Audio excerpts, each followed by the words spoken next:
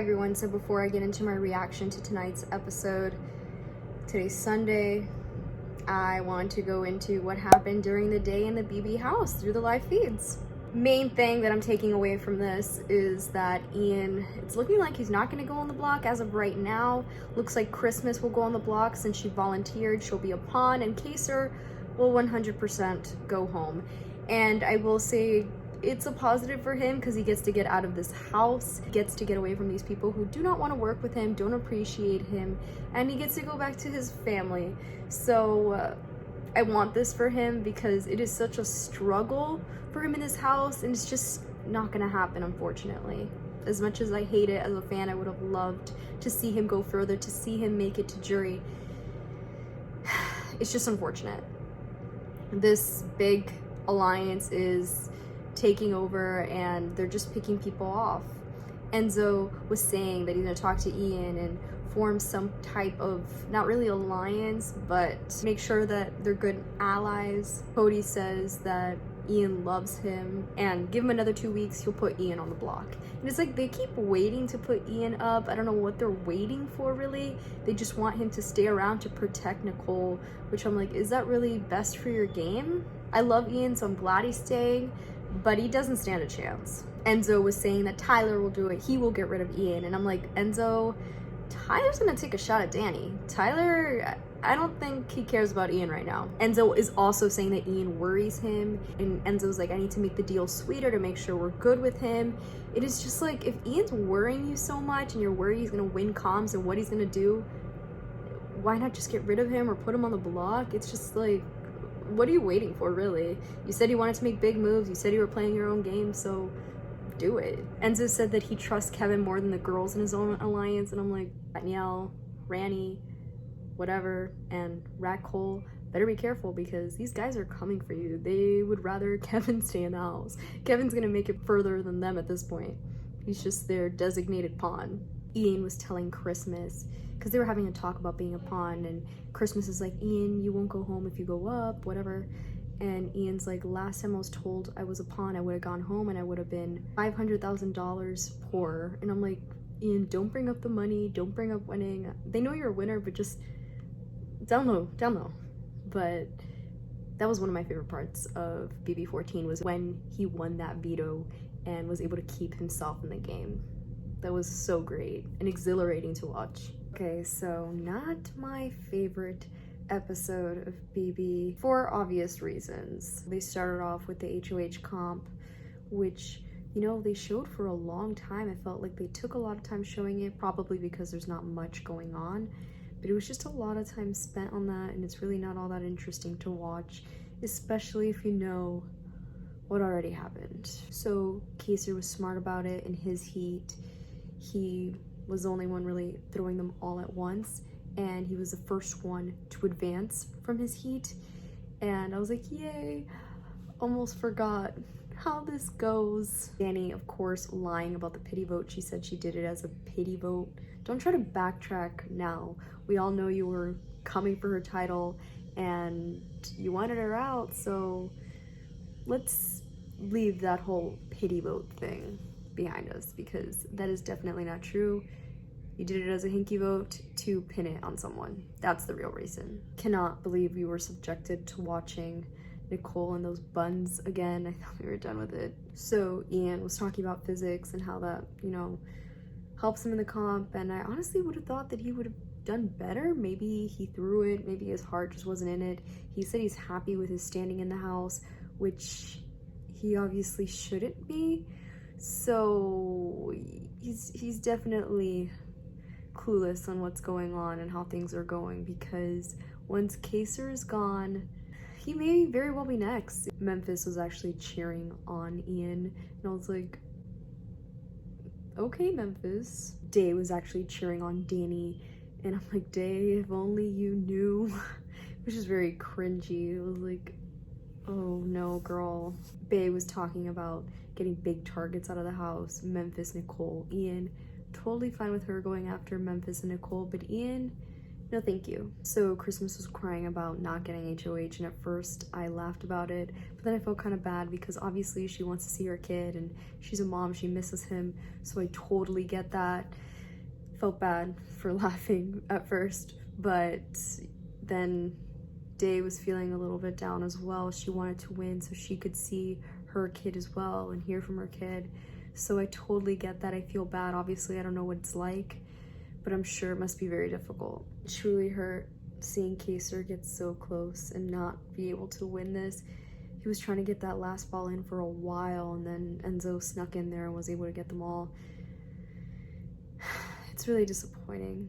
You know, I didn't realize Kaser was this close. Of course, I heard about it on the feeds, but watching it just brings a whole new level of pain. I was laughing at Tyler's nervous face. Obviously, you could tell Danny didn't want him to win. Cody didn't want him to win. Ian biting his nails, even though, you know, Kaser wouldn't put up Ian. But it was funny to see all of them scared. Nicole was scared because he was really close. Evans mentioned in his DR session about his tarot cards being upside down and all out of sorts. And I'm like, yes, 100%. You're right. We've witnessed this. So Danny denying to Cody that she wasn't the Hinky vote, yet she went up to him before that and was trying to see if he would do the Hinky vote with her. Obviously, he knows you're the one that did it. You know, you were the one that talked to him, and then all of a sudden there's 2 Hinky votes there. Not the smartest thing. Dave's DR session about David being confused and not knowing where he is basically all of us when we watch him play this game. Although I will say he is doing better in the comps. He was doing pretty well in this HOH comp, and I know he got really close in the veto for this week. So good for him, but he's still a bit clueless. I think he's just maybe really spacey, and he obviously did not do his research for this season. So I really like that Day and Kaser talk that they aired. Apparently it's from weeks ago. They had to Photoshop Janelle out, yet you could still see her toe on the couch. There's just like an indent on the couch where Janelle was. And right now it's, I guess, the Janelle ghost, but I think that was pretty funny. I think at that point they probably should have just left her in there and then just been like, we really want to share this convo from weeks ago. I know they're trying to not get people to notice this because it's like, why are they showing something from weeks ago? I totally understand why they did it, but it's still funny. Ian tried to volunteer for have-nots. I know this is something that he does. He likes to take the punishments so people keep him around, but he didn't. Tyler took it because he hasn't done it yet. I know Danny and Bay were playful, but you could tell there's tension there, and obviously Danny wants Bay out, so the whole Danny and Nicole friendship segment, I really did not care, not even a little bit. I could totally see Danny getting burned by Nicole. Kaser said he was cautiously optimistic after talking to Enzo about the whole nominations thing, and I'm like, cautiously optimistic? I know he's a positive person, but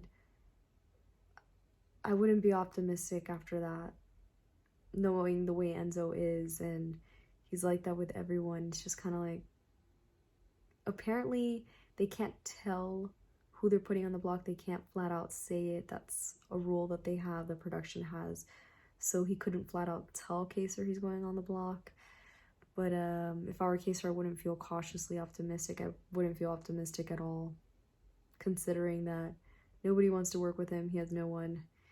And this house is hell-bent on getting, you know, anybody associated with Janelle out. I thought we were done with Christmas's punishment. It's a bit ridiculous. Memphis's face when it was all done was all of us. He looked so thrilled to be over with all of this nonsense. I don't get this punishment. I know I mentioned that I thought it'd be really funny if she keeps on getting stars, because I could see how that would be super annoying for her and funny for us. But I was just already over hearing about it and seeing it. So apparently the feeds had to cut out because there was a wall yeller, and they apparently yelled, Nicole and Cody are playing everyone. So, and they heard it, so I guess we'll see about that. I don't think Enzo will throw Nicole on the block, or obviously he won't throw Cody on the block like at all. Maybe take a shot at Ian, even though he's already been saying that Christmas is gonna be the replacement nom for Kevin, but maybe put up Ian to get, you know, some power away from Nicole. I don't know. So I wanted to speak on the feeds returning and the impact of the whole wall yeller situation. So it did actually have more of an impact than I thought. Of course, I was hoping for it and I thought something would come from it, but thought everyone would be too brainwashed and so set in their ways. But this got people thinking. Of course, Enzo is too scared to make a move, so we still might not get what we want, but there's talk about it. I think the wall yeller further tanked Danny's game. Tyler's talking about it more. He wants Danny out before double elimination. Enzo is too scared to do it on his HOH. He doesn't want to make a big move on his HOH. It was really just all talk. There was talk with Bay and Day 2 with Enzo, and they were talking about Danny too, about separating that core alliance. Christmas was rethinking being nominated. She thinks David would be a better bet. She's probably getting a little scared right now that, you know, pawns go home. Day and Enzo were talking about Ian leaving things in every room. Definitely strategic because he's able to pop into all these different rooms. Enzo and Tyler were saying that Ian got upset over what the wall yeller said, and did he just realize that he's not Nicole's number one? Did he realize that it's Cody? Is that why he's upset? Christmas was telling Enzo that Day's gonna propose an alliance with him. It has to do with keeping Kaser, going against that core alliance on the other side of the house, the Danny, the Cody, Nicole. She says it would be her, Bay, Memphis, David, Kevin, and Enzo, and Christmas. It's just all those names together. I'm like, she says, and if they keep Kaser, he could be a part of that. I mean, I'd be for them getting rid of somebody on the other side and keeping Kaser, of course. But it obviously all comes down to Enzo and who he puts up. Kaser's pushing for a David renom because he says that that is the only way he can stay. And I mean, I don't think that's the only way. I think even if David goes up, there's a good possibility that Kaser still goes home. For some reason, Kaser is the main target, though he doesn't win anything and has no alliances. So, yeah, that's basically all I have. So don't forget to share your thoughts in the comment section. What do you think the impact of the wall yeller situation will be? Don't forget to like and subscribe. More BB content on the way.